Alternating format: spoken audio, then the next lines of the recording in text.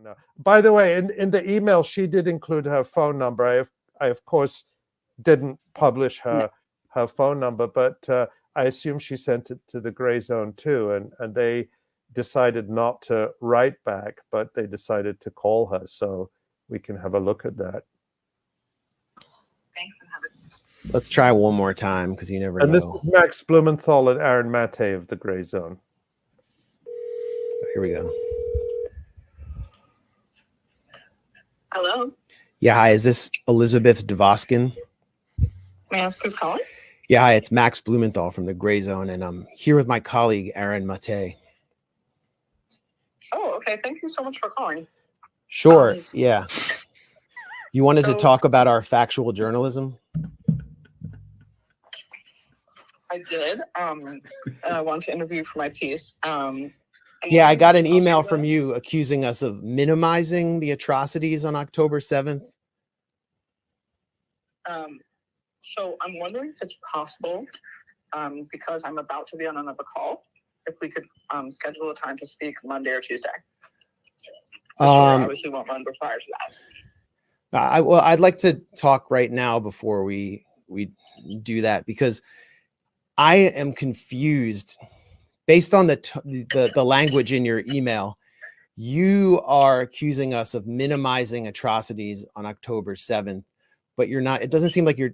I'm trying to figure out what you're trying to do here and why it seems like you're planning to attack the investigative journalists who have helped expose a major scandal, us and Ali Abu Nima, which has been confirmed even by Israeli media and by Israeli military officials like Colonel Golan Vak, in which Israel killed Israeli civilians on October 7th. There were friendly fire orders. You're attacking us instead of doing the investigation yourself on this scandal. And I'm really confused about why that is. So I definitely want to talk through everything. I don't want you to feel attacked. I want to talk you through points in the story.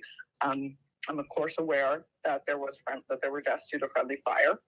And I've read the Israeli media reports as well, some of which you cite. And yeah, let's just... So how are we minimizing, just tell me now, how are we minimizing atrocities by reporting these facts? So I'm about to be on another call and you're kind of springing on me. What I appreciate doing is scheduling a time to talk so that I can hear everything that you have to say and talk you through everything. Just the way the question is for you. No, wait, Aaron Mate has a question. It's not all that I can't always get him here. We didn't contact you. You contacted us. So we want to hear from you. What is your issue with us? How are we minimizing what happened on October 7th? If you believe that, since you wrote it, it should be easy to explain. So let's hear it. So I appreciate you asking my question. My other call is asking me questions. My other call is starting in a minute. When is your other call over? I don't know. It's another interview. But I just... I mean, no, but we need to have trust. We need to have trust before we go any further. And I see that you have minimized the Nakba of Palestinians writing for Columbia University's paper. You describe them as just a bunch of desert Bedouins. Are you a Zionist? You know, I'm not sure. Like, I mean, I see you're retweeting Barry Weiss, who's a major supporter of the Israeli genocide in Gaza. And I need to know, are you ideologically committed to the system of Zionism? And it's very curious that someone like that would be assigned to this story. And it's also curious to me that the Washington Post refuses to investigate the real story and hold accountable this powerful apartheid state and is instead attacking independent journalists. You are afflicting the afflicted and comforting the powerful, as the Washington Post has traditionally done. So why should we even trust you to set up some kind of call? I mean, that is completely up to you to do so. Are you a Zionist? Sir, that is completely up to you to set up a call. This isn't about any personal biases, ideologies. That's not what this... Do you support Israel's military campaign in Gaza? Excuse me, what is it? I feel like you're interrogating me and my other call is starting. You deserve to be interrogated. It's highly inappropriate that someone who seems to have such deep affection for an apartheid state committing genocide would be assigned to this story and is attacking independent journalists who produced factual journalism on a major scandal instead of holding to account the state and military responsible for that scandal. And by the way, why is the Washington Post always minimizing genocide, the attack on the Magazi refugee camp? It was referred to as just strikes against Hamas in the Washington Post.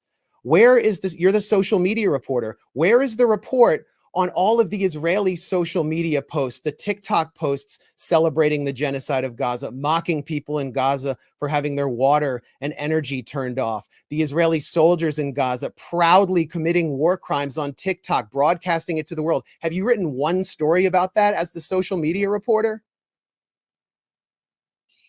So feel free to send me anything, any articles or clips that you think. Feel free to answer the question.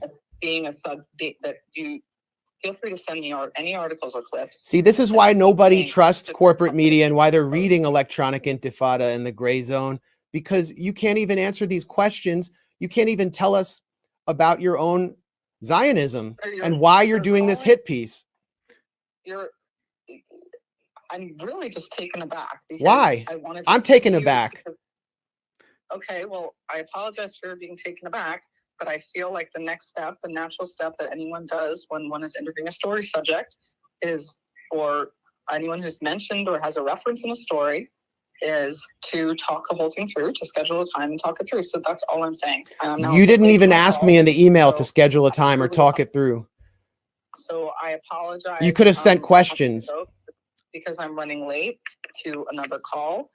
So I'll send a follow-up email to your email with suggesting some times. Does that work? Do you still believe that Palestinians, that the people of Palestine were just desert Bedouins before Israel?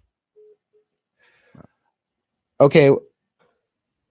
Wow. Yeah. So that's Elizabeth Dwoskin, who's been assigned to do a hit piece on the Electronic Intifada and the Gray Zone, and perhaps other independent publications too. I don't know.